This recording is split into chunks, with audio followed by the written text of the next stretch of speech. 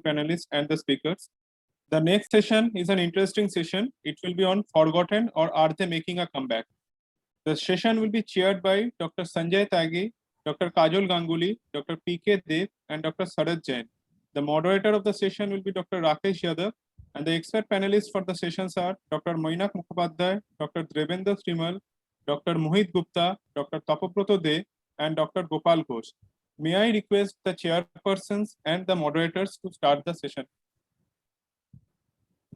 I think thank you. We have all the chairperson here. I'm Dr. Rakesh Yadav, and I think this is going to be a very interesting session. And am I audible? Hello. Yes. Hello. Yes, sir. Audible, sir. Yes.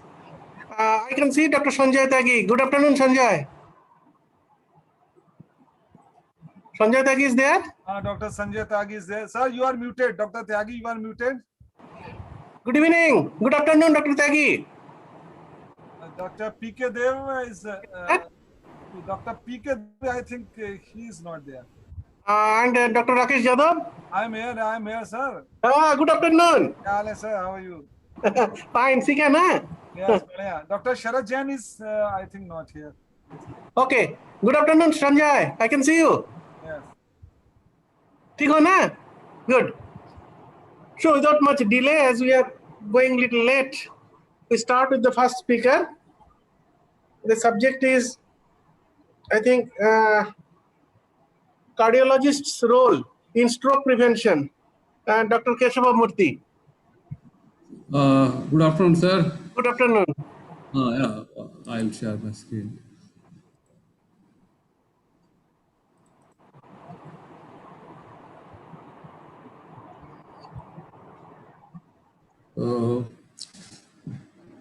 I thank the organizers for giving me an opportunity. It's a bit out of this topic, like cardiologist role in stroke interventions. Acute ischemic stroke, we do have a role. Obviously, hemorrhagic stroke, we don't have a role. Acute ischemic stroke is due to occlusion of intracranial artery, and it results in a focal neurological deficit. It could be because of an embolic phenomena from artery to artery, either from the internal carotid artery into the intracranial artery, or a cardioembolic source. Usually, cardiac embolic source, the thrombus burden is higher and it's an organized thrombus. It's easy to retrieve. Or it could be an in situ atherothrombosis, like our coronary disease with plaque rupture and a thrombus over it. We may have to do an angioplasty and stenting like the coronary artery inside the intracranial vessel. Lipohydrolytic occlusion of small vessels is another reason for acute ischemic stroke. It results in minor stroke, and we don't have much role, or even thrombectomy has not much role in minor strokes. Once there is a occlusion of intracranial artery, recanalization can occur in various ways. Spontaneously, it can recanalize in 24% of the patients. With intravenous thrombolysis, which is easy to administer, it happens in 46%. With intra-arterial thrombolysis, 62%. Combination of intravenous and intra-arterial thrombolysis, 67%. And obviously, a mechanical thrombectomy has got the revascularization can be as high as 83%. Obviously, we have intravenous RTPA, which has been used for years and which is easy to administer. What is wrong with that? See, it's approved therapy for acute ischemic stroke up to 4.5 hours. But 50% of the patients who are receiving it on time are either severely disabled or dead at in the long term. So, and obviously hemorrhagic transformation is another complication. These are the things which makes the IV thrombolytic therapy, even though it's a first line of therapy, but there are better therapies that are available. With the publication of Mr. Clean trial, MR Clean trial in 2015, it has been found that mechanical thrombectomy is superior to medical therapy like intravenous or intra-arterial thrombolytic therapy. And Mr. Team, the first trial, it is European-based study which enrolled 500 patients. It was found to have a better outcome with mechanical thrombectomy. Escape trial, a similar trial, North America-based trial, it also showed that superiority of mechanical thrombectomy. And SWIFT prime trial also showed similar results. And Extend 1A trial also showed a better long-term results in terms of functional capacity. And Rivascat trial also showed similar results. So we have good evidence in support of mechanical thrombectomy. The mechanical thrombectomy devices, there are first generation devices, Mercy Retriever. We don't have an experience of using it. Even before we started, it was out of use. And the Penumbra system, which is for aspiration. It aspirates the thrombus with there's a suction. It's a powerful motor-based suction. And second generation devices, the solitaire flow restoration device is to retrieve the thrombus, which is very commonly used device. And other hardware which is recently available is a balloon tip guide, which is very, very important during this procedure.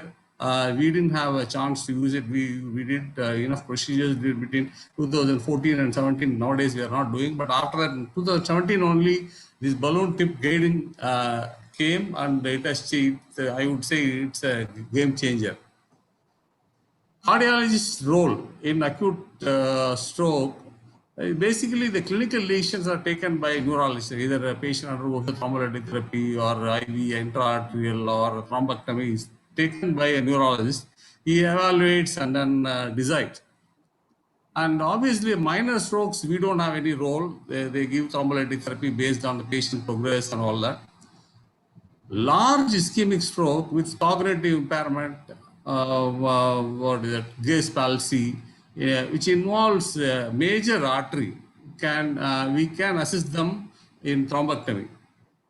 Actually, we and our team are well placed to perform a thrombectomy, as the scenario is almost like a primary PCA. Obviously, a neurologist who is doing a clinical practice cannot come in one day. Once in a month, you get a case like this, major stroke. He can't come and do straight away an angioplasty very, very easily, because cath lab is under our control, and we have a team. We have been doing primaries, so our team members are programmed to primaries. So we are in a much better position, and the skill level, soft skill level has to be maintained, but because it's a very, very cumbersome procedure. It's not an easy procedure, and with the skill level we get with the number of angioplasties we do, coronary angioplasties, it is not possible for an interventional radiologist. I don't think so. It's possible for an interventional radiologist or an interventional neurologist to have such a good, maintain that skill level, because in an acute situation like this, most of the time it is out of office hours in the midnight, and it's very difficult procedure actually. Procedure overview. In our hospital, major stroke patients undergo stroke protocol. What they do is they do a CT. If possible, they do CT angio also. Sometimes creatinine levels will not be available and all that, so they may not do. But if it is done, that helps you in intervention very much, because you know where exactly what you have to do most of the time. Otherwise, you have to do a 4-vessel angiogram and then decide. All that time delay will be less. And they do MRI with the diffusion and flare sequences. It's all done within 15 minutes. CT angio plus MRI all put together is done within 30 minutes after arrival, and the decision is taken.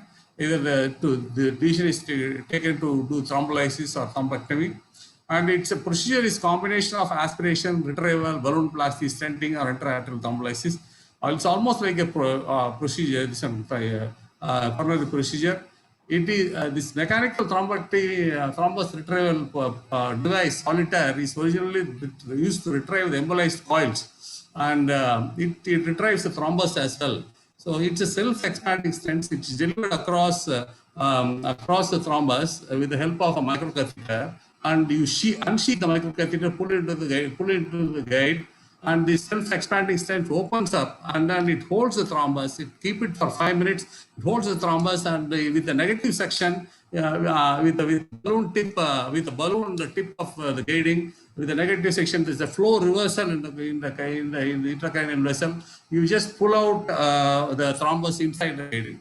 This is what has been done. It's solitary device, and the most important adjunct is the balloon tip guiding catheter, which blocks the flow during the pulling out of the thrombus. And there are some issues in mechanical thrombectomy. Only 1.6% of the patients who are worldwide receive this therapy, because only 10% of acute ischemic stroke with large enough to have this procedure reach in time in the hospital. Only few centers have got the resources and expertise, because it's a very costly procedure. It costs around 3 to 4 lakhs. And neurologists, radiologists, interventional cardiologists, coordination may not be there in most of the centers, because the various radiologists got different ideas. And the cost, availability of cath lab, very short time interval. We have angioplasty, coronary angioplasty, we have 6-12 hours, but here it's only within 4.5 hours. You have to do everything. And outcome depends on the edema, infarcts, and penumbra. And we take very large stroke cases. They are very sick patients. So overall results will not be good. So it will be discouraging for the during initial days. The results may be discouraging. Our experience, we have done around 20 cases, between 13 to 17 intra-arterial thrombolysis was used in 13 cases. That means that we have not achieved the proper this thing. So we ended up giving intra-arterial thrombolysis and coming out. Results are equivocal. 8 of them required keratotomy. They are all very sick patients. But we didn't have a balloon tip guiding at the time. That is a requirement, because that might have changed the results actually, because there's an antegrade flow and there is a distal embolization. We couldn't continue it because we became busy with the cardiac work. So some of the cases which I think I'm out of time, I'll just show 1 or 2 cases. There is a thrombus suction with a solitary device, but it did not result in a good result. So we gave an intra-arterial thrombolytic therapy. This is a total occlusion of internal artery. It is a thrombus which retrieved in that patient. Another case, it has got a small total occlusion of MCA, which we have wired and then did a small balloon with 1 mm balloon. We could restore some flow, and so it is like mechanical thromboectomy might improve outcomes, patient outcomes in resource unlimited settings, dedicated settings. It can improve, and cardiologists are best suited to do the demanding procedure in a short time. Thank you very much. Thank you, Dr. Keshavamurthy, for a beautiful deliberation. Now I shall request my co-chairs and the moderators if they have any question. Sanjay? Yes. Dr. Keshavamurthy, solitaire catheter, has it got protection device? Distal protection device, sir? Distal or proximal, whatever it may be, has it got? No, we don't have. Then This balloon with the balloon tip guiding catheter. there's chance of embolization of this thrombus, no? How will you prevent it? How much? We have done in internal carotid artery, vertebral artery, all we used distal or proximal protection device. This balloon tip guiding catheter helps, works like a distal proximal protection device. Right. That is the thing.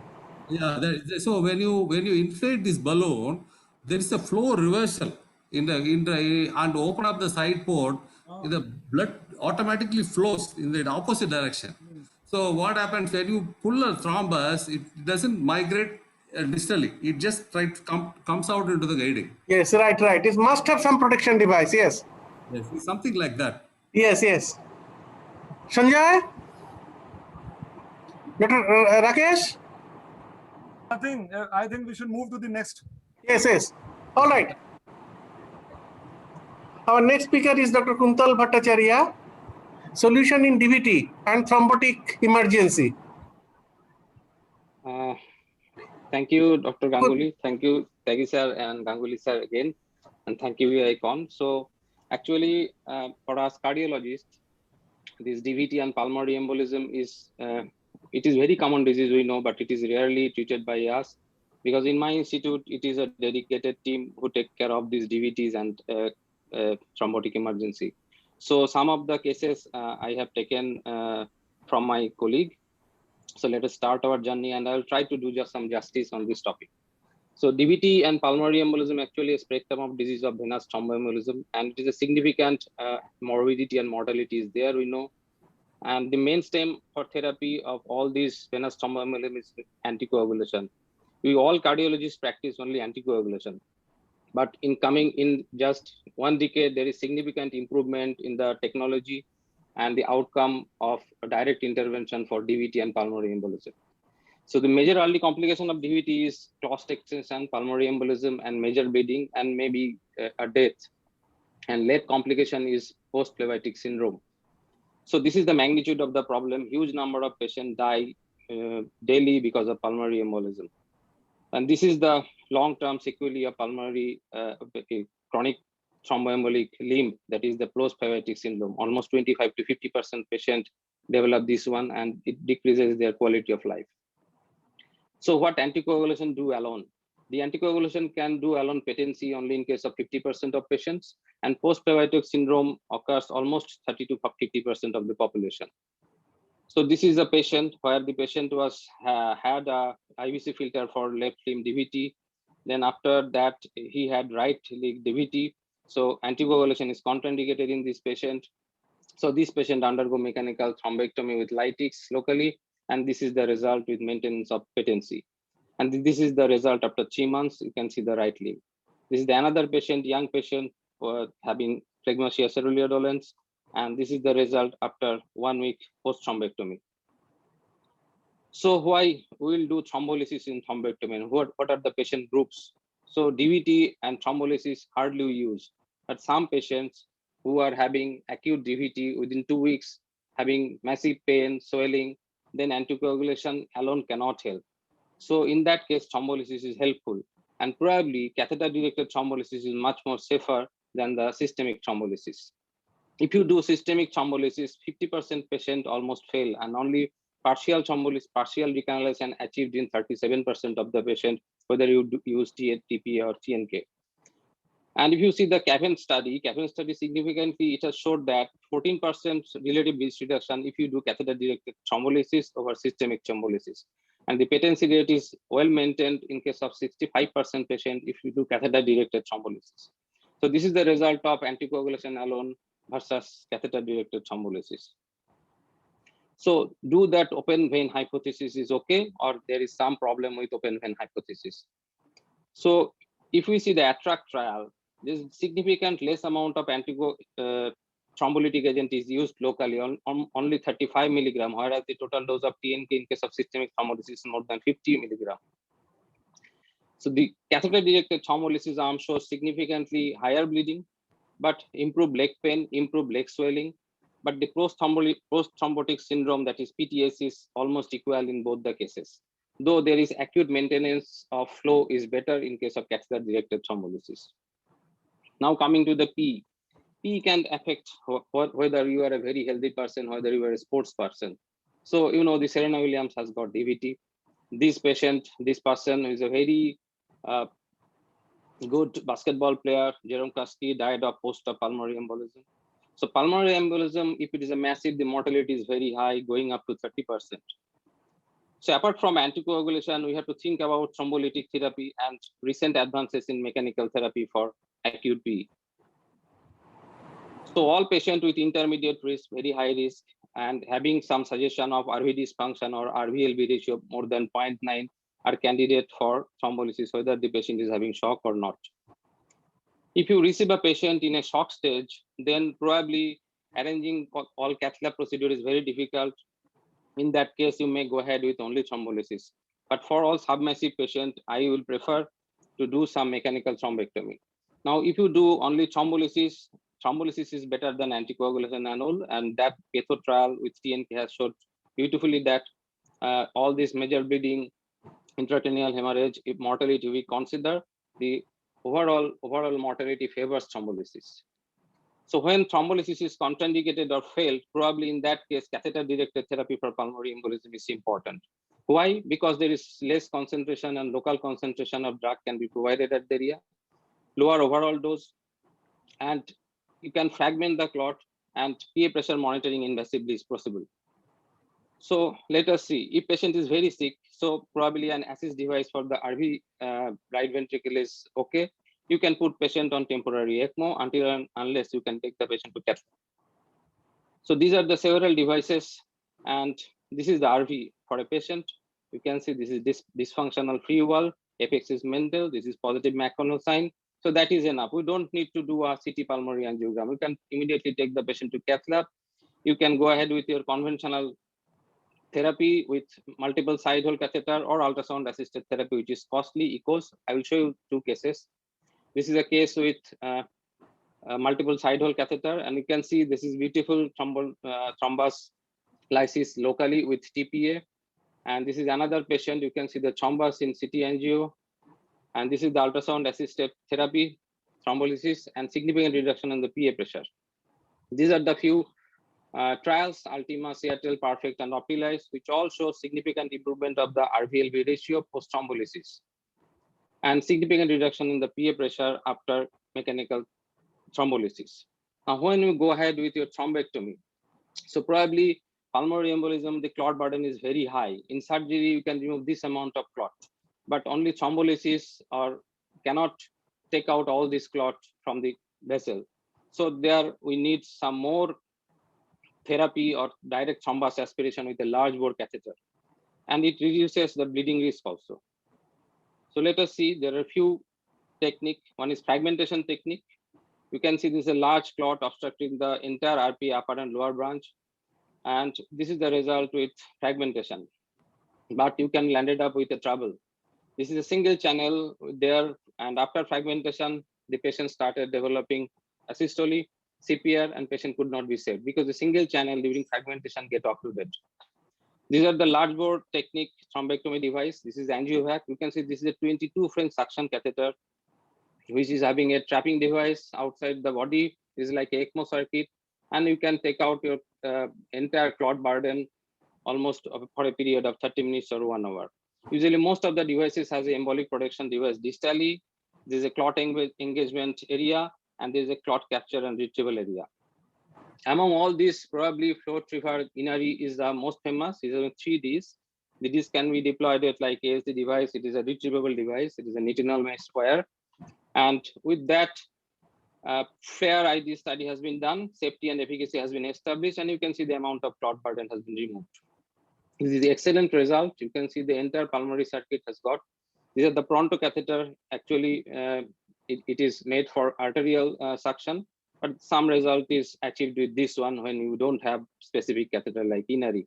Penumbra, like Dr. Krishnamurthy has told, it can be used in pulmonary artery also. So in conclusion, in acute iliofemoral DVT with phlegmasia of less than 2 weeks duration, probably lytics therapy cannot be done alone, and some amount of catheter-directed therapy is helpful. Catheter-directed thrombolysis is promising option in treatment of submassive and massive pulmonary embolism. Risk of intracranial hemorrhage is much more less in catheter-directed therapy, and more evidence needed to determine if catheter-directed therapy improves long-term mortality and reduces risk of chronic thromboembolic pulmonary hypertension. Thank you. Thank you, Kuntal, for a beautiful deliberation. Sanjay, any? So Thank you, sir. which of these catheters are available in India, and approximately the cost of therapy in these patients? This Penumbra and Pronto is available. I have not seen this Inari, but this Inari is very promising. The Penumbra is multiple as well as the flow retriever is giving terrific results, sir, in the other countries, but they are not available in India.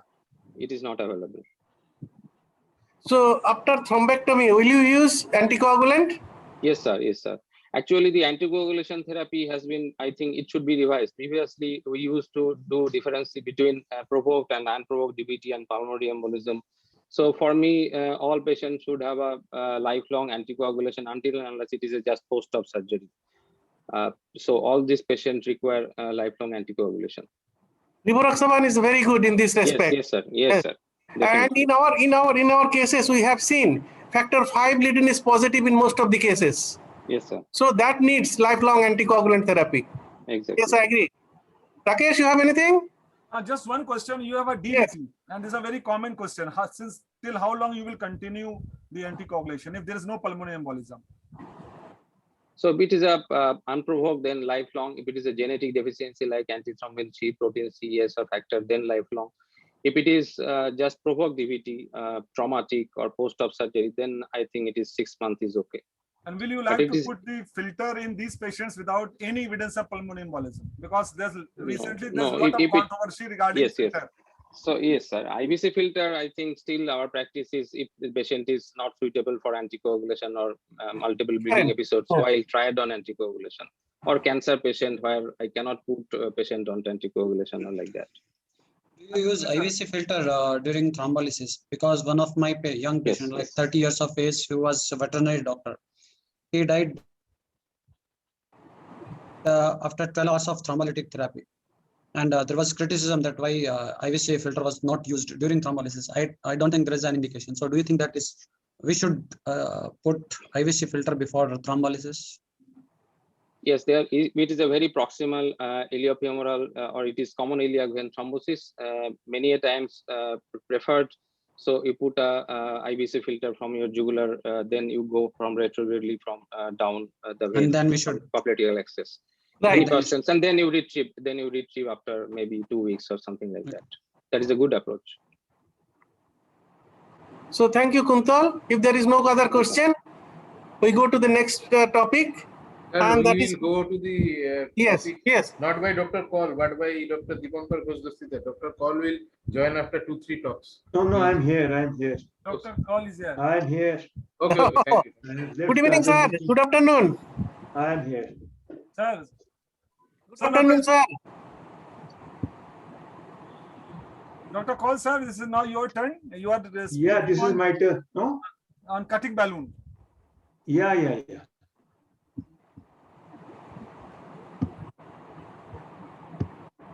Can you see my slides? Oh, yes, still. No. No, sir. You have started slide sharing, sir? Uh, has the previous speaker? Yes. Kindly shared. allow the slide sharing of Dr. Upen Kaul, the tech team. Can you see the slide now? No, sir, still not. No. No, sir, not yet. Please try to click on share screen and select your PPT, sir. Then click on share again. Yeah, now it's starting. Yes, sir. Yes. It's visible Yes, now. sir. Yes. Okay, now let me share.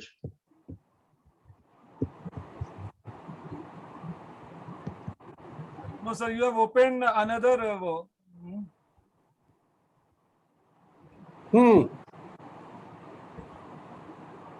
Can you see the slide now? Yes. Yes, Yes, sir. Yes, sir. Make it We're full able to screen, see. sir. Yes. Please make it full screen, sir. Yeah. That's it. Yeah, Good. So perfect, thank you very much for the invitation. And I'm going to speak on the cutting balloon, the plaque modification in complex angioplasty procedures. We all know that lesion preparation is a very important part of the process of angioplasty and stenting. If the lesion is soft and fatty, which very often it is, we just use a plain balloon and optimize it, the lesion, by putting in a stent. But if the lesion is very fibrotic and the balloon has a tendency to slip, and we also want to avoid a plaque shift, especially on an osteal lesion, or if there are side branches coming, we have a device called a cutting balloon, and we're going to discuss that. And we all know about the rotablator, which is very good for calcified, densely calcified lesions, and where the compliance of the lesion is changed by rotational atherectomy. Now, what is this cutting balloon? Cutting balloon, basically, as you know, is a balloon on which there are blades, atherotomes, which create microsurgical incisions in the vessel wall by this atherotome, as you can see on the left side. And what it does, they make a nick here, and they produce, a cut there. And by that, the microsurgical incision occurs, and the other area which is there, which is a weak area, it can then be dilated at lower pressures rather than going to high pressure. As you know that if we use high pressure balloon in a vessel, it can very often produce trauma, which is leading to dissection and extension of the lesion. Now, this concept came in 1991 by Dr. Peter Barat, who published in American Journal of Cardiology his experimental work.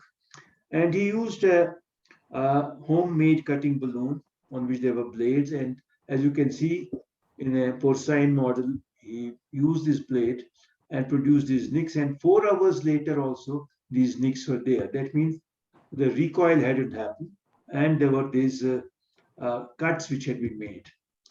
And the difference between the cutting balloon device and PTCA, as you can see very nicely in this particular figure, histological picture, you can see this is a cut and this is all healthy. And as time passes, like here after 2 weeks, you can see that the vessel has not shrunken. Whereas in a classical balloon angioplasty, you produce a disruption of the vessel. And as you can see, after sometimes it works, but very often what happens that there's a recoil and the vessel shrinks. Now, this is in a study which is showed that the angiographic vessel size, when you compare balloon angioplasty with a cutting balloon angioplasty, you would see that this is post-dilatation. Cutting balloon is in this dark black, and this is this regular balloon with these speckles.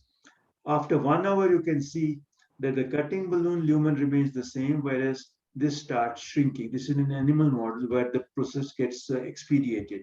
2 hours, you see it has shrunken. 4 hours, the balloon remodeling has occurred, it has shrunken. And 2 weeks later, you can see it's a negative remodeling. So this is what he showed long back. So advantages of this cutting balloon are that by cutting deeply into the medial layer, the vascular tone is decreased, and therefore the dilatation time and pressure required to dilate is much lower. And the median smooth muscle stretch which occurs induces less growth factor expression because the trauma is less, and thus intimal proliferation which happens as a reaction to injury is minimized. And finally, the vascular injury is localized to the incision site. Now, this is the classical cutting balloon, Flextome. Most of us have used it.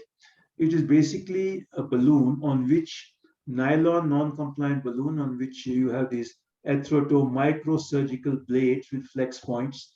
And when the balloon is made to expand, these blades come into the direction of the vessel wall, and there are 3 of them, and these make nicks into the vessel wall. What are the usual uses where it has been found to be useful? Number 1, in small vessels, where you don't want to stent for obvious reasons. They reduce restenosis.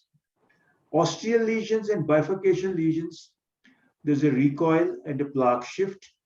It dilates while reducing the elastic recoil, and minimal plaque shift occurs. Like in a side branch, if you use a balloon, plain balloon, you see that the plaque shifts into the branch very often, and you have to protect it. But with a cutting balloon, this is much less. And in fibrotic lesions, the compliance is changed, and higher concentration of elastin muscle fibers come with the balloon angioplasty. Whereas if you use the arthrotome, these fibrotic plaques have made a nick, and then the recoil is much less and the vessel stays patent. Now, this is one of the studies which was published in 2007, REDUCE 3 trial, in which cutting balloon and stenting was used as compared, and here you can see the restenosis rates were significantly lower when an intravascular ultrasound and cutting balloon was used as compared to plain balloon. Angio guided with a balloon only, that is a plain balloon without the cutting balloon, you would see that it did not matter. That means the restenosis reduction had been clearly seen. Although this is has been contested by some people, but the data suggests that it makes a sense, at least in some kinds of fibrotic lesions. And time and again, we've seen it in this instant restenosis. We've seen it when you open the cutting balloon, dilate the balloon, it doesn't shift. It doesn't, have that melon seed effect. It doesn't go proximal, go distal, it stays there and allows a good angioplasty with these cuts. Now, this is one of the ladies which we treated with a cutting balloon, a 73-year-old lady who had 2 stents and had come with, 2 stents in 2 sittings. She had an instant restenosis and the operator put in another stent. And then she came after 9 months with a severe restenosis at the proximal and the distal and something like a candy wrapper effect, which we used to see in the days of intravascular radiation, brachytherapy. And what we did, we used a cutting balloon here, distally, cutting balloon proximally. And cutting balloon, as you know, when it expands, you don't have to go at very, very high pressures because of these nicks, and it stays there. It didn't go up here and there. And finally, you can see a very good result. And obviously, we used a drug-eluting balloon to finalize the results so as to minimize the neointimal hyperplasia again. And this is the result. And 6 months later, we rechecked the angio. It looked quite good.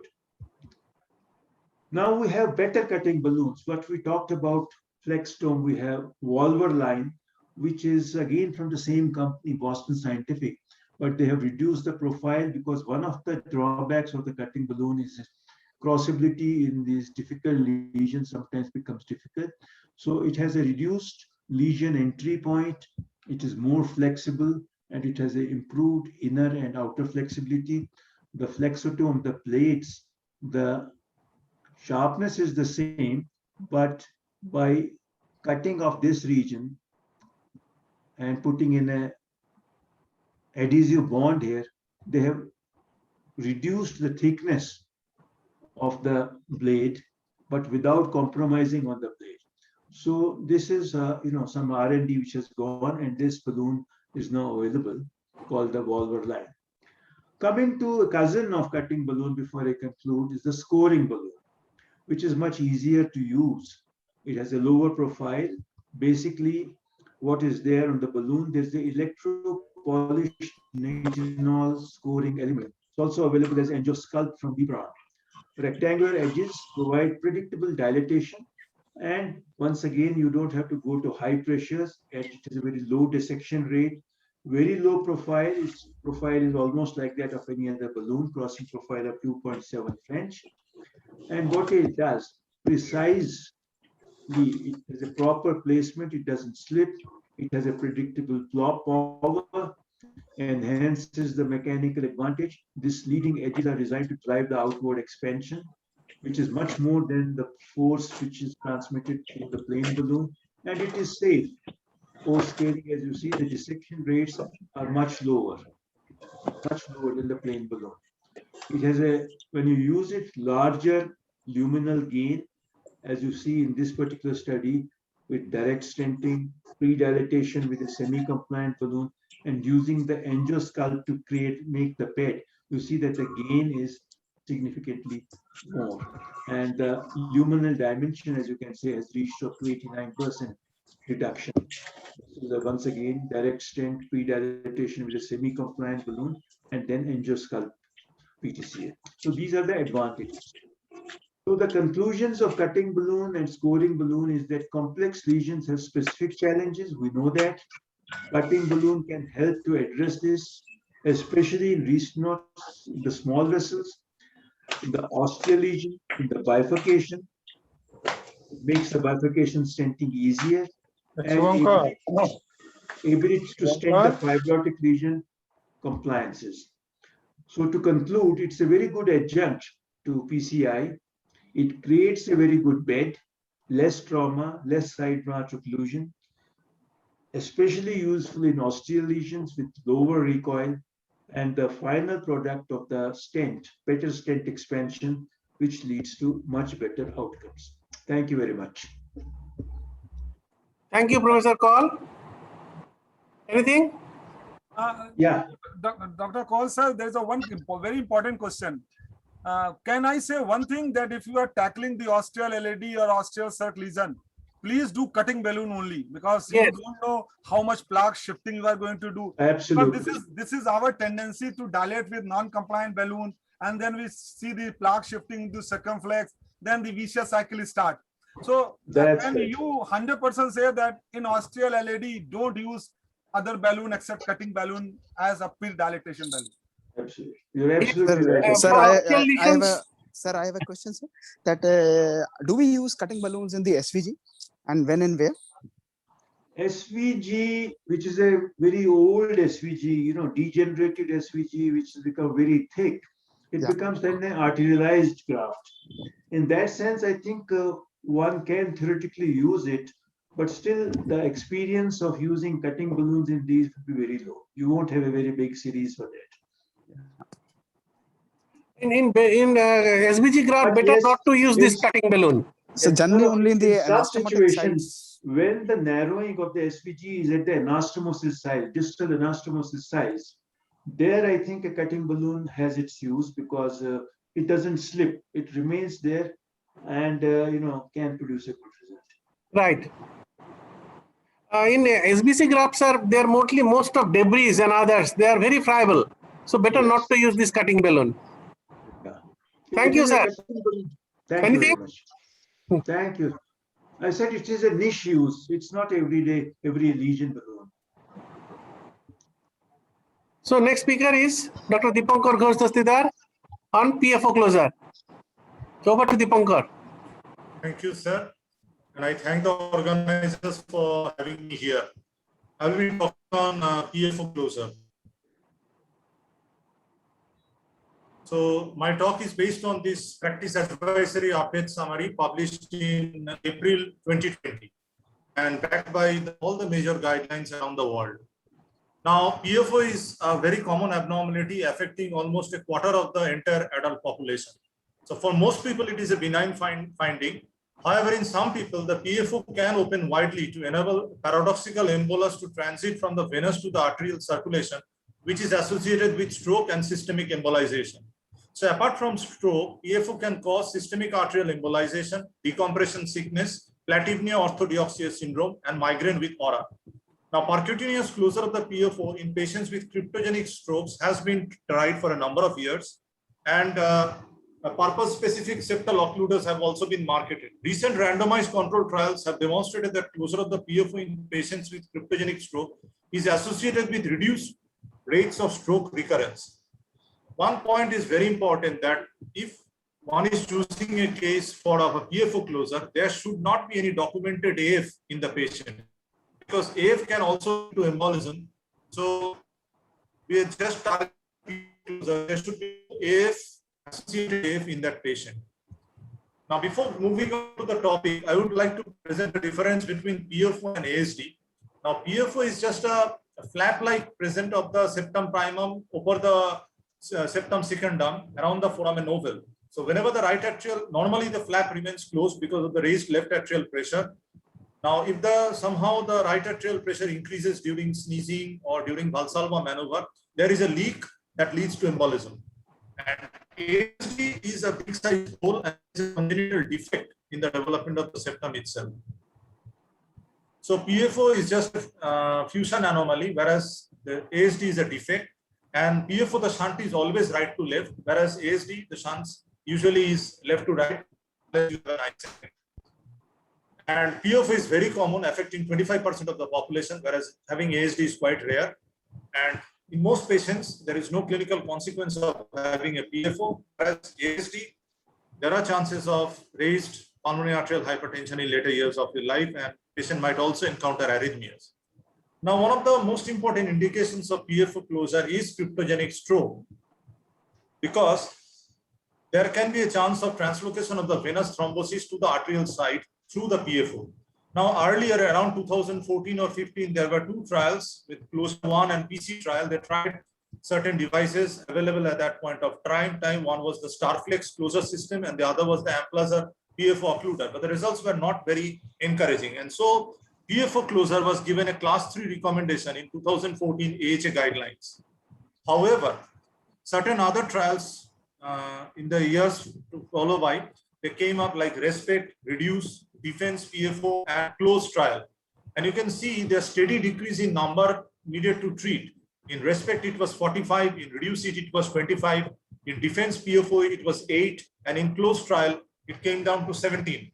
So meta-analysis of these trials confirm that PFO closure reduces the risk of ischemic stroke in patients with PFO. So hence there was a sea change in our concept of PFO closure. Now one must have, before going for a PFO closure, one must know the advantages and disadvantages of the having or undertaking the procedure, because this is a very chances are that you might end up with complication and disabling the patient more by doing the procedure.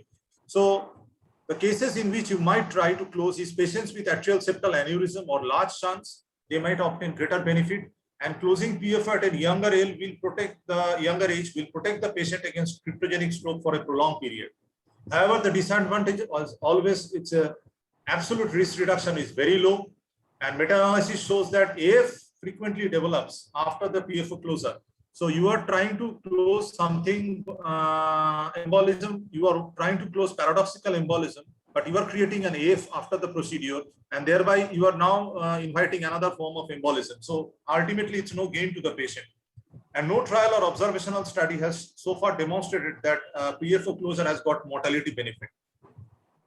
So indications of, apart from the cryptogenic stroke, the other indication would be to close PFO in paradoxical embolism, but this is a very uncommon situation, and maybe a reasonable scenario would be a young patient with MI of an embolic stroke, and you have already done a IVUS and OCT of the coronary arteries and have excluded plaque rupture, whatever, and in the transthoracic you have ruled out there is no LV aneurysm, so you think, and there is no atrial fibrillation in the patient, so you think that it is a possibly an embolism coming through PFO. There you might attempt, but these are all anecdotal cases. And again, I might repeat that patients should not have any AF.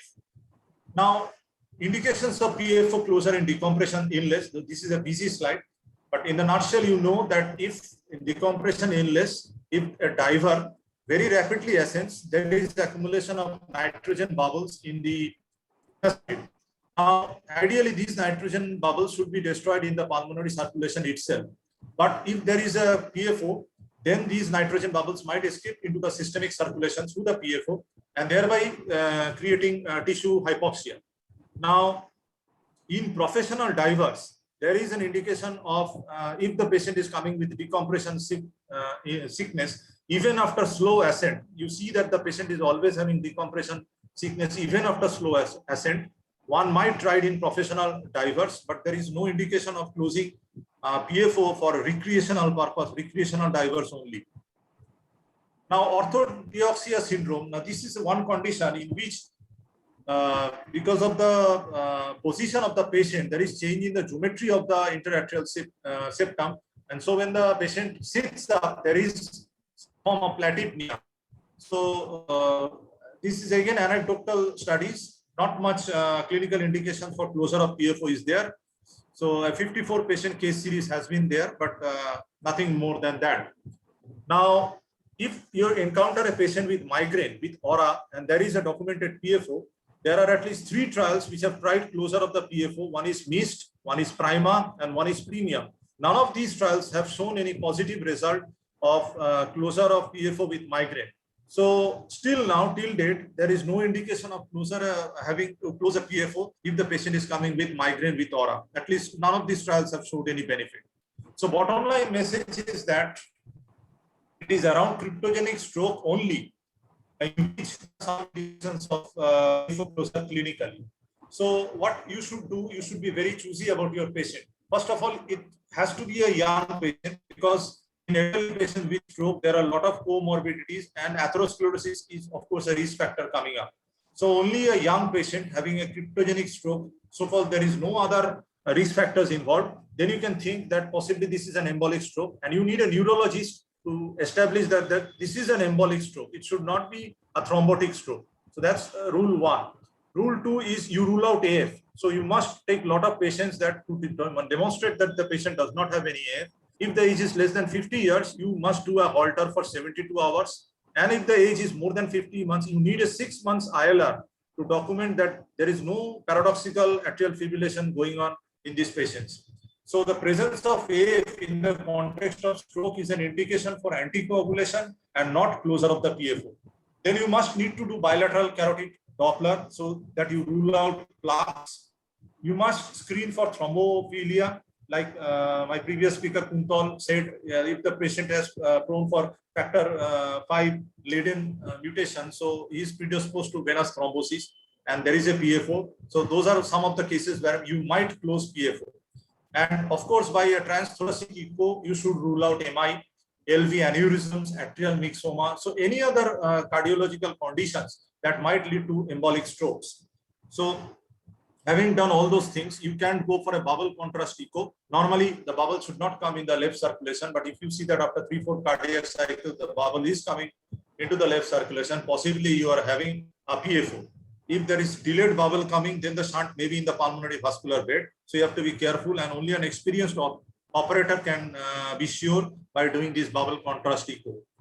The most important test, I would say, is a transesophageal echo, where in the bicable view, you can document the septum. And a few things I would like to share here is that you must look at the functional tunnel length, which you can see in the bottom left corner of this cartoon.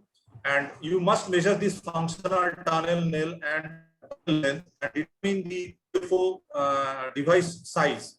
So if you have a very thick septum secundum, or you have a long tunnel, then you need a larger size device. And if the anatomy is normal, you need a normal size device around 25. A larger size device would be around 35. So these are certain methods by documented in transesophageal by which you can measure this tunnel length. The other important test one might do is a transcranial Doppler.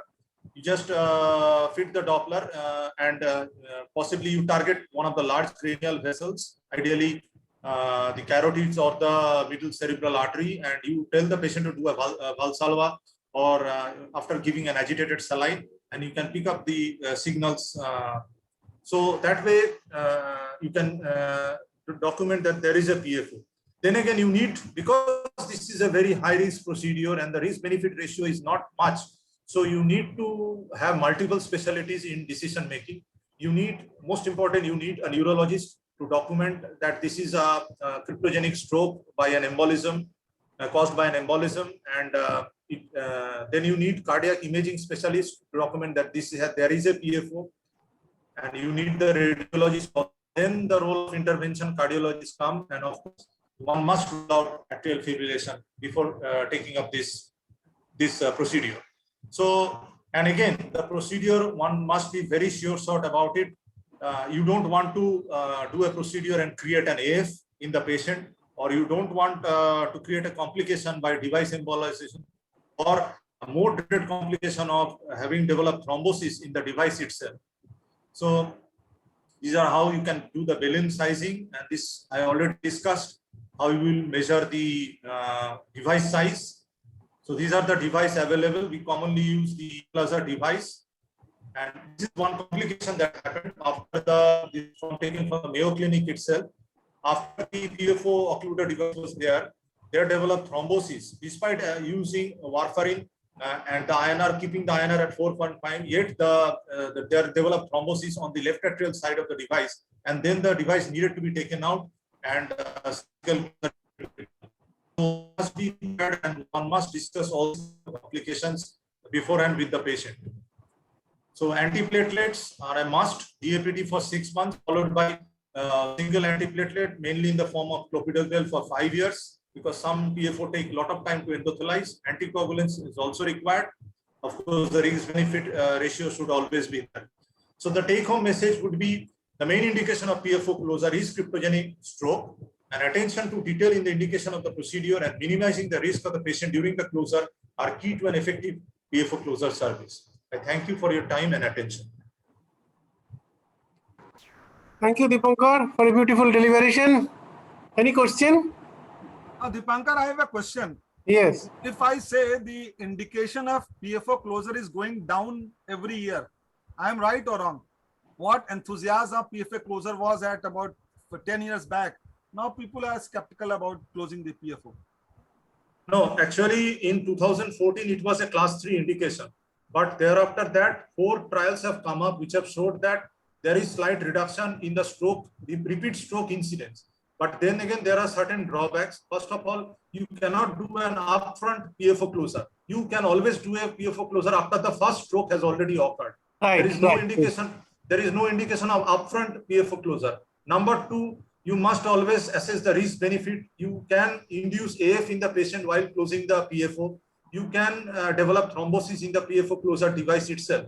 So all these kind of risk benefit you must share with the patient, and then you are the best judge whether you want to go ahead with the procedure or not. Absolutely, I fully agree. It is to be carefully assessed in patients who has got only once a cryptogenic stroke. Recurrence of the cryptogenic. Right. Now I think we should go to the fourth. Thank you, sir. Dr. Soumya Patra. Yeah, good evening, sir. Good evening, chairperson and panelist. And I'm Dr. Soumya Patra. I'll be. Sir, it's hiding of your video. Just yeah, now it's okay. Yeah. I'll be presenting the below the knee intervention, and definitely this is coming into the scenario. Actually, the number of diabetic epidemics is there in the India. So this type of problem will be coming more in the coming years. So introduction that chronic limb ischemia is a major worldwide cause of morbidity, and it causes life-threatening limb ischemia and even mortality. And till now, the surgical revascularization could be considered. That below the knee, there is some issue that the vessel size are small. You can't have a good venous conduit and the poor vessel runoff. This actually precludes that surgical revascularization, and amputation is associated with significant increase in the mortality and even morbidity in a subset of patients. And so we should have minimized the amputation. Coming to the definition of critical limb ischemia, defined by the presence of rest pain or the tissue loss for at least 2 to 4 weeks that can be attributed to occlusive arterial disease. And the manifestation, clinical manifestation could be intermittent claudication to the non-healing ulcer or gangrene. And infragenicular means the below the knee actually is the most common cause of chronic limb ischemia, though there is a certain pharmacological therapy, but it is not effective. Even the antiplatelet agents and anticoagulant also. So we need good arterial revascularization, and it is the mainstay of therapy in the patient with chronic limb ischemia. And coming to the risk factor for peripheral arterial disease is the same like other coronary artery disease or peripheral arterial disease elsewhere. So it is the smoking, diabetes, hypertension, dyslipidemia, and renal insufficiency, that sort of thing. So coming to the angiogenes, actually, this angiogene principle used especially in the foot arteries. Actually, there is 6 angiogenes in the foot and supplied by anterior tibial, posterior tibial, and peroneal artery, and these are the 6 angiogenes of the foot. And coming to the guidelines recommendation for peripheral arterial disease, you can see this class 1 indication is the endovascular procedure recommended to establish inline blood flow to the foot in patients with non-healing wounds or gangrene. And class 2 is the stage approach to endovascular procedure in patients with ischemic rest pain. And another is class 2 indication is evaluation of lesion characteristic can be useful in selecting the endovascular procedure for chronic limb ischemia. And this angiogene directed endovascular angiogene is a very specific artery supplying that area containing the skin, subcutaneous tissue, and all. So it is the class 2B indication. If you could open it, it is class 2B indication. So coming to the access, there could be a common femoral artery access, means it could be antegrade access or retrograde access. Though the advantage with antegrade access is a little bit more, but because of the short working distance and the better pushability or torqueability, but many of the times this obese patient, and we couldn't achieve the good antegrade access in some of the patients. So retrograde access should be used, but there is long means the area where is the lesion, it is far away from the retrograde access, and so that is why tibiopedal access is used in a few of the cases where there is a diffuse peripheral arterial disease, or the patient can't lie down, or there is much morbid obesity, or there is lesion in the above the means above the knee or the thigh level. So this is important steps to consider in to have a good tibiopedal access. It is just like of having a radial artery access, like puncture site selection should be done under fluoroscopy or US guided ultrasound guided. So we need some vasodilation, puncture needle with 21 gauge. Teeth could be 3 or 4 French, and microcatheter usually we used with over the wire balloons if available, and wire could be 1.8 or 1.4, and compression should be given nicely like radial band and all. So coming to the challenges to have a VTK, good VTK intervention, this is the smaller calcified vessel, and most of them are diabetic, so diffuse lesion is there, and some of the vessels are very tortuous, and embolization is a big concern. So the treatment option could be balloon, plain simple balloon angioplasty, could be drug coated balloon DCB angioplasty, or the stents could be BMS or DS, and the atherectomy devices or atherectomy, balloon atherectomy could be done. This trial, DIVATE BTK trial, actually it found that if you use the drug-eluting balloon, it is better, patency rate will be better than simple balloon angioplasty. In fact, deep randomized trial also didn't, here they didn't find any significant benefit of using a drug-coated balloon than the simple balloon angioplasty. This Biolox trial also in 2015, they also did not found any significant difference between the PCB factory axle coated balloon superior, means it was not found to be superior than simple balloon angioplasty. So drug-coated balloon, if you come to the meta-analysis published, so you can see there is a little bit target vessel revascularization was lesser in the when drug-coated balloon was used. Otherwise, the death, the major adverse events, and amputation rate was almost similar in both the group. And there are few studies where drug-eluting stent was used for below the BTK intervention, below the knee intervention, and you can see that 12-month patency rate was about 80 to 85% compared to around 50 to 58% in the BMS or PTA group. And you can see here this meta-analysis published in 2013. They found that there is some superiority over of drug-eluting stent over the simple balloon angioplasty, and you can see here that it is favorable effects are there with the use of drug-eluting stents. But this meta-analysis, if you see here, that the vascular dystenosis, the target vessel revascularization was lower in when you use drug-eluting stent, but you can see the wound healing was almost similar between all the groups, and limb amputation is, though it is lesser in drug-eluting stent, but not much significant difference was found. So coming to the some atherectomy devices like excimer laser atherectomy devices, I'm not going into details.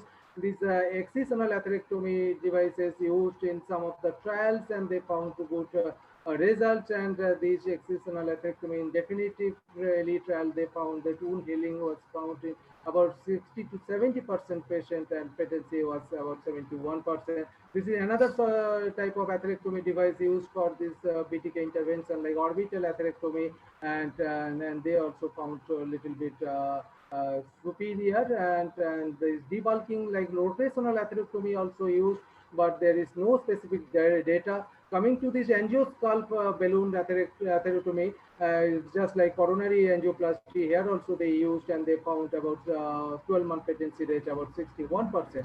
So coming to my case of 65 years old lady who was not diabetic, normosensitive patient having gangrene of the first and great toe and the second toe, and you can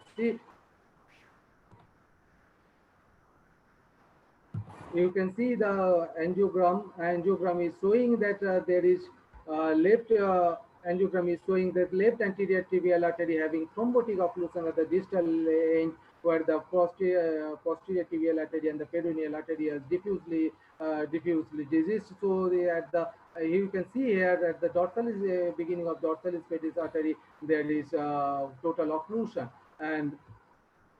and so we thought differently. I puncture at the anterior tibial artery at the distal edge, and this is under fluoroscopy guidance, and 4 French sheath was inserted, and you can see this direct angiogram is showing this occlusion at the dorsalis pedis artery origin. So we took we took my microcatheter, that is fine cross microcatheter, and pilot 150 coronary guide wire, and I could cross the lesion till here at the base of the first digit, and you can see after crossing this with the microcatheter, and there is partial recanalization seen up to the first digital artery, so crossing that part with the microcatheter, and you can see here. So I switched over to cyan blue guide wire, coronary guide wire, and I removed the pilot guide wire because it was not crossing so I crossed the whole arch, the dorsal arch, and after giving the intraarterial nicorandil, GTN, and even tirofiban injection, I given to intraarterial injection, so there is improvement in the flow of the dorsal arch. But I decided to dilate the area of the coronary drug-coated balloon, that magic touch 2 into 40 millimeter balloon was inflated at 6 atmosphere for up to 60 seconds, and after the result was quite good and quite satisfactory. And the patient on the table, he was telling that my pain has gone, and I am feeling some warmth. So this is very important step. If you puncture any artery in the antegrade way or the retrograde way, so you should look at the artery after the procedure that there is no dissection or complication in the artery proximal to the lesion. So I did, and you can see there is no obstruction and the bandage is on the place, so there is no dissection even. So this is very important steps, and the patient was on follow-up, and you can see, and this you can see this arch artery is still patent, and patient is doing all right, and though there is a little bit of gangrene, it was healing, but patient is doing symptomatically, she was doing very fine.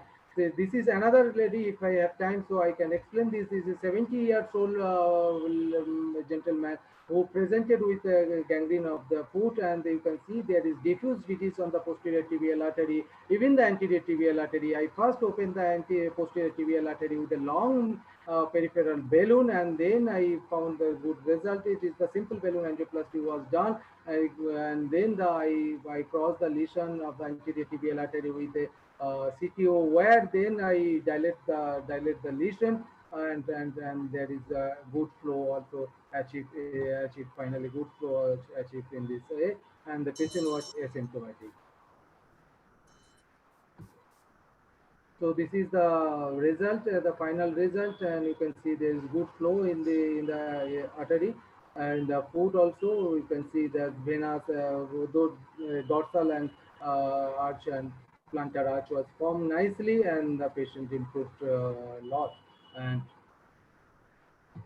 so coming to the conclusion, limb-saving peripheral intervention and approach for BTK or below the ankle intervention, in all cases, opposite or same-sided femoral artery access should have been taken, and anterior tibial artery or retrograde posterior tibial artery access also could help in some of the cases. And we need microcatheter, and many of the times with coronary wire, to have a better control, and always think differently and unconventionally. All the cases are not similar, and the percutaneous intervention is feasible in most of the cases, and below the with the BTK intervention. And we definitely need a multidisciplinary teamwork, because most of the time we don't get good referral from our counterpart of endocrinologist or the plastic surgeon and all. They used to do that. Actually, amputation is quite, they do amputation mostly. So thank you very much for your kind attention. If you have question. These are diffusely diseased artery, Shomo. What's the chance of reocclusion? Yeah, definitely there is chance of reocclusion, and with the drug-coated balloon, there is chance of reocclusion about at the end of 1 year is around 20%. 20 to 30%, means around 70 to 80% will be patent. Yes, so it is called angioplasty paradox, because in coronary artery, if you do a simple balloon angioplasty, most of the cases will occlude within 6 months. But in the peripheral artery and the BTK, this is called angioplasty paradox. If you do simple balloon angioplasty, around 60% will be patent at the end of 12 months. Right.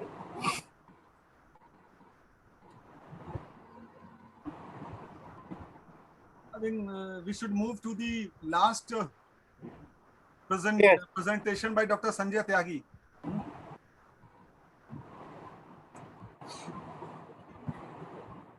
It is aortic dissection and endovascular treatment.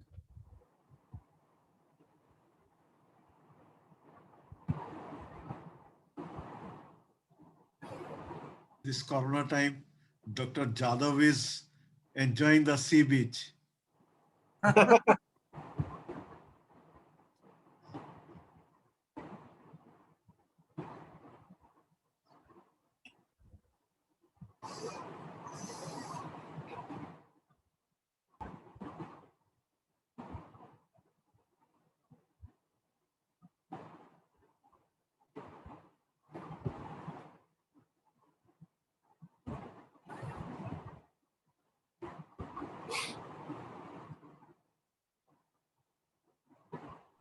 Sir, we are unable to hear you, sir.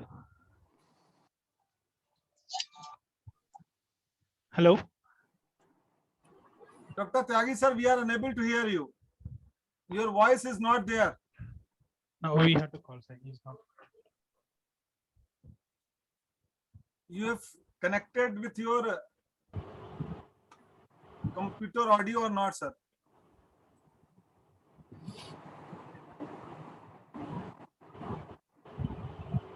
Sir, kindly check your speaker, sir. Kindly remove your.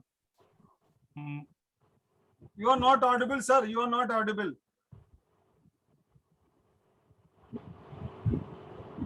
You go to your speaker setting and check it whether you are connected or not. Sir connected through computer audio only, but his mic problem, sir.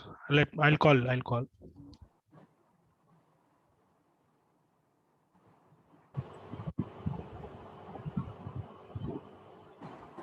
You can test your mic, sir. Test mic is there. Test mic. Down. Down. It's a speaker. Down. Center, yeah. So microphone, microphone Realtek. Just can you click on it? Microtech. Yeah. Can you click on it?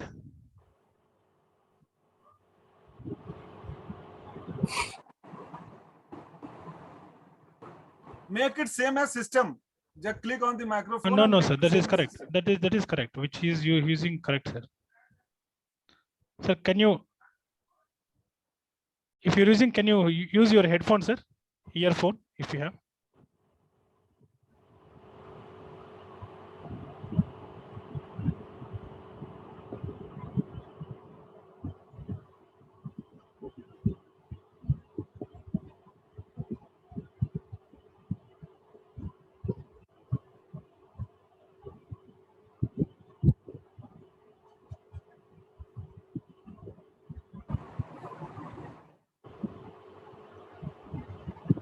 No, still there is a problem, sir.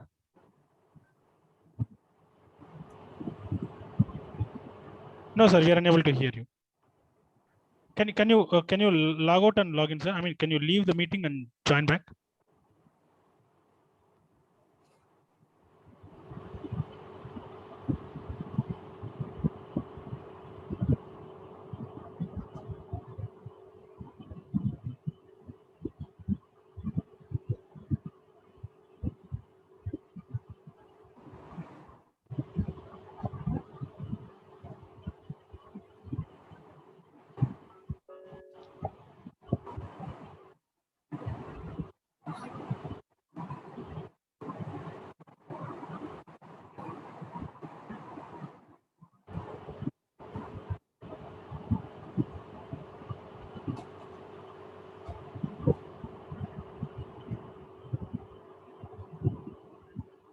Dr. Bijoy Pandey's lecture is over. If not over, then he can start.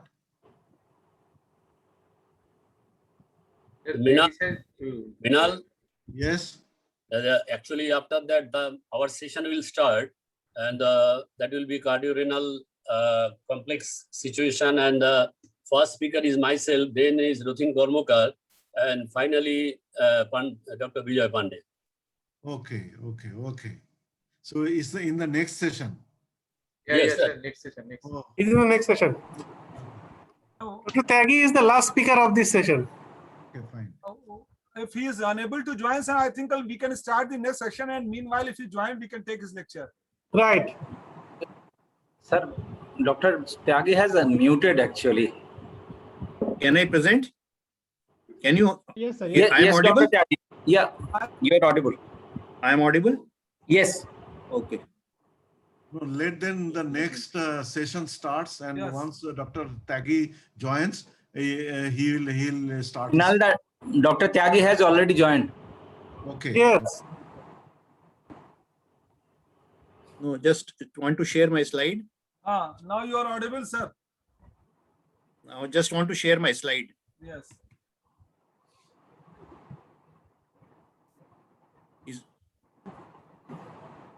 Is my slide visible? Yes, sir. Everything is visible. Yes, sir.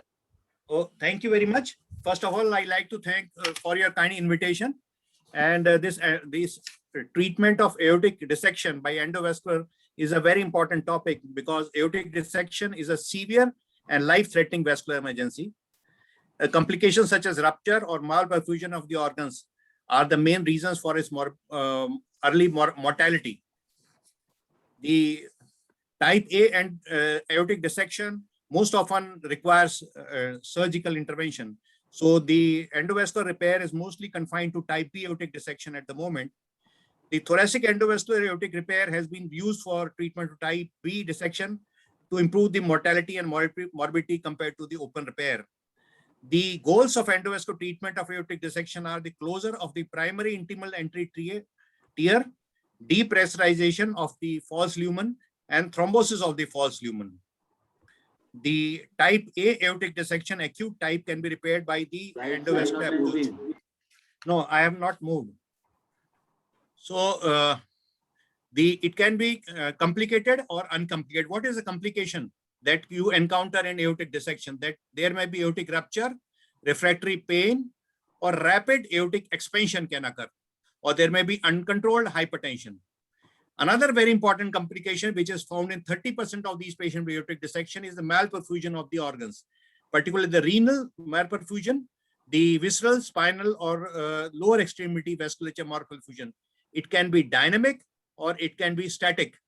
There may be formation of thrombus and the artery may be totally occluded. Then it can cause total occlusion of that artery and cause static obstruction of that artery. Immediate perfusion of that artery is needed to improve the perfusion. Imaging plays a very important role in management of aortic dissection. If it is important for confirmation of the diagnosis, as soon as the patient comes to emergency department, echocardiography is done and ECG is done, because often the complaint is of the severe pain in the chest or in the back. The echocardiography is very helpful in diagnosis of aortic dissection. Then followed by CT angiography, it confirms the diagnosis, localizes the intimal tear, and also gives us the extent of aortic dissection. The MRI is also very useful in these patients. The aim of treatment of endovascular in aortic repair is to cover the entry site and to prevent the rupture of the aorta. It is also very important to improve the organ perfusion and the limb perfusion, because they may be, as I said, there may be complicated by occlusions. Restoration of the blood flow in the true lumen is also very important. Sometimes the false lumen is much larger than the true lumen, and one has to expand the true lumen to improve the perfusion. And the aortic remodeling is also a very important goal of endovascular repair. So this in the patients of dissection of aorta, the most important is to cover the entry site, and entry site may be near the subclavian artery. So sometimes you have to occlude the subclavian artery to cover the entry site. The another important role is to prevent the aneurysmal degeneration of the aorta and prevention of rupture of the aorta or rupture of the pressurized sac. Another important aim is to have the positive expansion of the true lumen and to alleviate the dynamic branch obstruction or even the static obstruction of the branch vessels like renal arteries have to be done. Sometimes the renal artery may rise from the false lumen. Then we have to do the flap has to be treated. Most important treatment is planning of the procedure. Like for TAVI, here also planning is very important. The measurement of diameter of the held aorta immediately proximal and distal to the dissection is very important to size the endovascular stent graft. It is 10% oversizing is done, like if of the stent graft. The CT angiography is very helpful in accurately sizing the endovascular graft, and IVUS is also helpful if it is available. This is the repair that is being done in patient with dissection of aorta. A dissection of aorta. Here, the dissection flap is just entry site is just distal to the left subclavian artery, and subclavian artery may have to be occluded. Many of the times, the left subclavian artery can be sacrificed if the brain circulation is through the other artery. If there's complete arch in the brain, then we can occlude this subclavian artery. But if that is not there, to prevent the CVA, then we have to put in a graft from the carotid artery to the vertebral artery, and then we can occlude the subclavian artery. Sometimes the entry tier may be even more proximal, just near the left carotid artery. Then one has to perform the bypass graft from the healthy artery to the artery which has to be occluded, like the carotid artery or the subclavian artery. Then the endovascular stent graft has to be prior bypass surgery is to be done in these patients, and then the repair has to be done. Sometimes there may be large false lumen, and then special type of zenith endovascular graft, which is available from Cook, is used. In this, there is a proximal stent graft and there is a distal stent. It helps to prevent the occlusion of the major branch vessels which are there in the abdominal aorta, like the celiac artery, mesenteric arteries, and the renal arteries, and helps to expand the true lumen and reduce the size of the false lumen. This has been shown to be very effective in such patients. Another important type of endovascular stent graft is the MFM graft, which is a multi-layer flow modulator, which is a multi-layered device in which there are the flow can occur from into the branch vessels, and it improves the remodeling of the aorta. This is the zenith endovascular stent graft, and this is the petticoat technique where the proximal there is a graft and distal is the stent. So when we implant this graft for the dissection of aorta, the entry site is closed and the distal lumen gets remodeled. The recent trials have confirmed that this type of zenith endovascular stent graft has a very good 1 month and 1 year result in STABLE 2 trial, which has shown to be preventing the development of rupture and malperfusion in these patients with type B aortic dissection. Another important thing that has to be done in these patients of endovascular grafts has to be treatment of malperfusion. Sometimes there may be a false lumen, the vessel may be arising from the false lumen, and then this the layer between the true lumen and the false lumen has to be treated with the help of a balloon and balloon dilatation. After balloon dilatation, the blood can enter from the true lumen to the false lumen, and the false lumen gets collapsed, and the blood filling of the major arteries, branch arteries, can occur from the true lumen. Sometimes, if they, despite this, they do not open, then one has to implant the stent into these arteries. The most challenging type is the type A aortic dissection. Some recent trials have shown that even in type A aortic dissection, there can be these types of stent graft can be used in some limited series. Those in a recent series, 2/3 of all patients who presented with type A aortic dissection were candidate for this endovascular stent graft. These stent graft even have a valve at the proximal end. So a composite graft of the stent graft and the valve is implanted in this aorta. And for type aortic dissection can also be treated, but this requires a very careful planning and availability of these types of stent grafts. So to conclude, ladies and gentlemen, the endovascular aortic repair for type B aortic dissection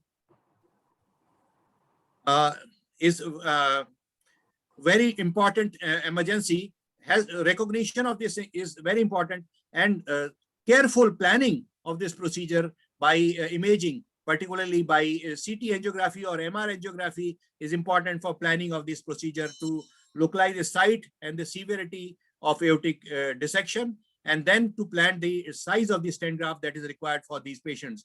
And endo leaks are sometimes seen, and sometimes the false lumen needs to be treated for malperfusion in these patients. Goal of treatment is to remodel the the aorta, and to prevent the development of expansion of the aorta, and to the remodeling of the aorta is very important in these patients. But initially, as soon as the patient comes to the emergency department, initially treatment has to be medical management in these patients. The reduction of the blood pressure and the shearing force is important, along with the treatment of with the analgesics because of the severe pain, followed by the endovascular stent graft helps to in the long-term morbidity and mortality of these patients by stabilizing the aortic wall. Thank you very much for your patient listening. Thank you, Dr. Tyagi, for a beautiful deliberation on endovascular treatment of aortic dissection. That is very lucid and very elaborate description you have given. If there is no other question, we thank all the delegates and the persons who have presented for a beautiful presentation, and we end the session here and go to the next session for the time constraint. Thank you. Thank you all. Thank you very Thank you all the speakers. Thank you all the delegates. Thank you. Thank you.